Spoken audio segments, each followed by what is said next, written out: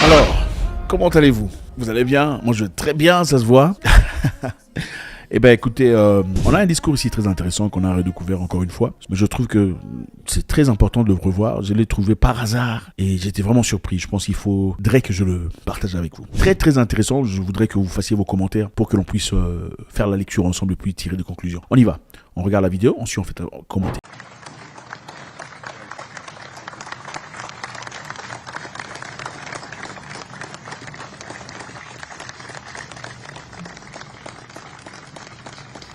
Merci beaucoup à tous.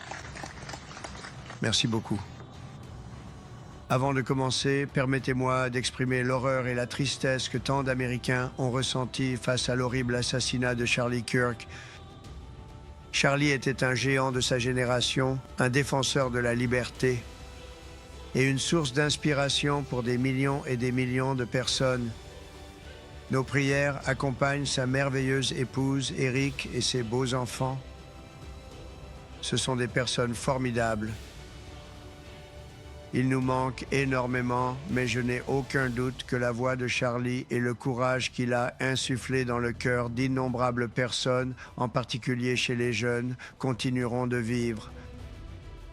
Je suis heureux d'annoncer que je vais bientôt décerner, à titre posthume à Charlie Kirk, la médaille présidentielle de la liberté.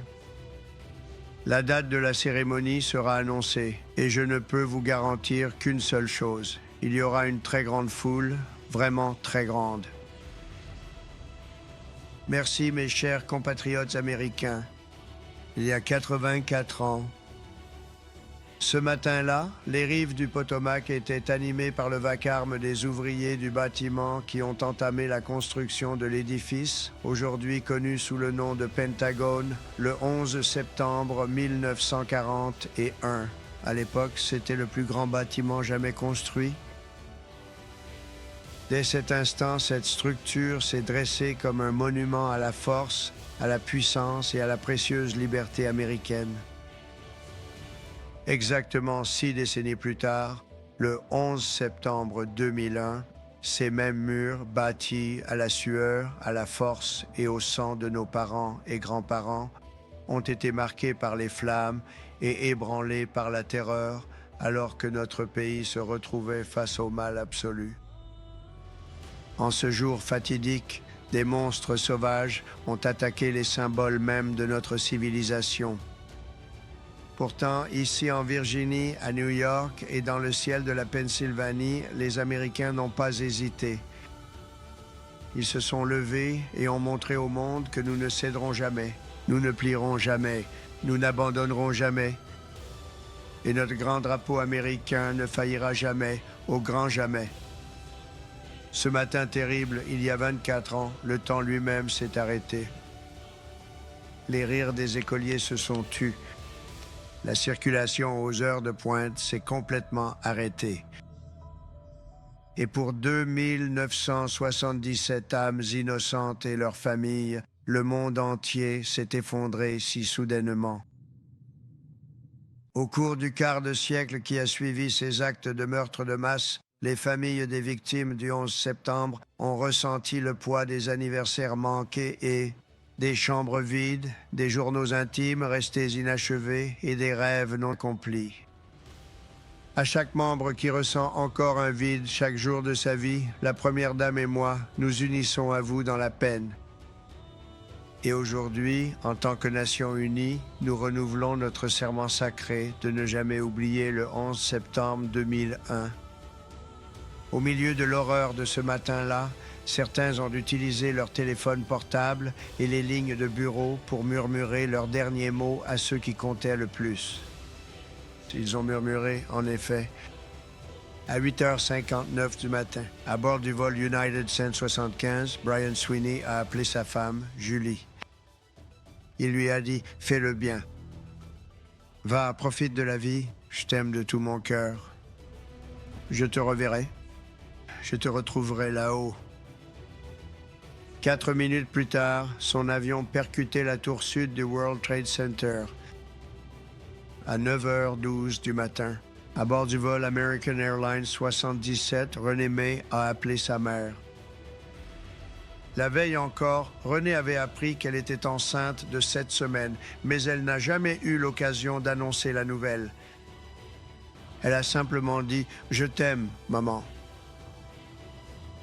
25 minutes plus tard, l'avion de Renée s'écrasait contre le Pentagone.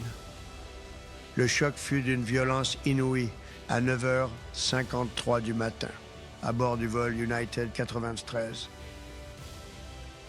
Elizabeth Winio a appelé sa belle-mère. Ils se préparent à forcer l'entrée du cockpit. Qu'est-ce que je fais? Je t'aime tellement. Ils vont entrer de force. 10 minutes plus tard, le vol 93 s'est terminé dans le champ sacré près de Shanksville, en Pennsylvanie. À 10h25 du matin, Tom McGuinness était coincé au 92e étage de la tour nord lorsqu'il a dit à sa merveilleuse épouse Elena au téléphone.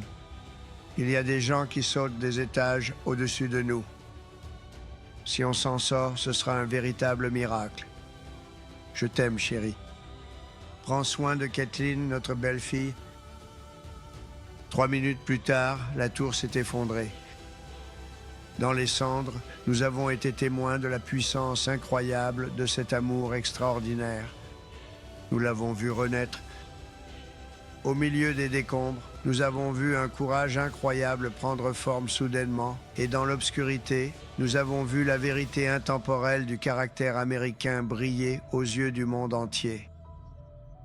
En Amérique, nous encaissons les coups, mais nous ne plions jamais, nous saignons, mais nous ne cédons pas, nous défions la peur, endurons les flammes et sortons du creuset de chaque épreuve plus fort, plus fier et plus grand que jamais auparavant. L'année dernière, nous étions un pays mort.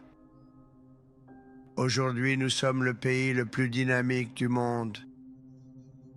À New York, il y avait des héros comme Chuck Costello, un mécanicien d'ascenseur de 46 ans et membre des Chevaliers de Colomb. Il s'est précipité sans hésiter dans le World Trade Center pour libérer des personnes.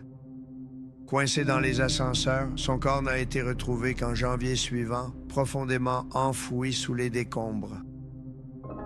En fouillant dans ses affaires, la veuve de Chuck, Mary, une femme exceptionnelle, a découvert une prière personnelle écrite de sa main. « Aide-moi à éclairer le chemin pour ceux qui sont dans l'obscurité, et lorsque j'entrerai dans les ténèbres, fais que je ne panique pas, mais que j'attende patiemment de me souvenir de la lumière. » De magnifiques paroles. Quand le moment est venu, Chuck s'est précipité courageusement dans l'obscurité de l'enfer sur terre, et maintenant il brille dans la lumière du paradis. Nous nous souvenons de lui ce matin. Ce jour-là, nous avons appris que l'esprit héroïque américain était tout autour de nous. Nous l'avons vu chez les policiers, les formidables pompiers, les membres des forces armées, ici au Pentagone, et dans le cœur de chaque Américain qui a répondu à l'appel de l'histoire. L'un de ces héros était le sergent de première classe de l'armée, Steve Workman, qui se trouvait à la lisière de la zone d'impact lorsque ce Pentagone incroyable a été frappé. Il était juste là. Après avoir conduit des centaines de personnes vers des voies d'évacuation, Steve a fait demi-tour et a plongé dans l'enfer lui-même. En se frayant un chemin à travers les débris, il tomba sur un lieutenant de la marine gravement brûlé, le seul survivant du centre de commandement de la marine, un seul. Le lieutenant blessé regarda dans l'âme de Steve et dit « Ne me laisse pas mourir ». Steve a répondu « Je ne le ferai pas. Je t'ai eu. Accroche-toi. »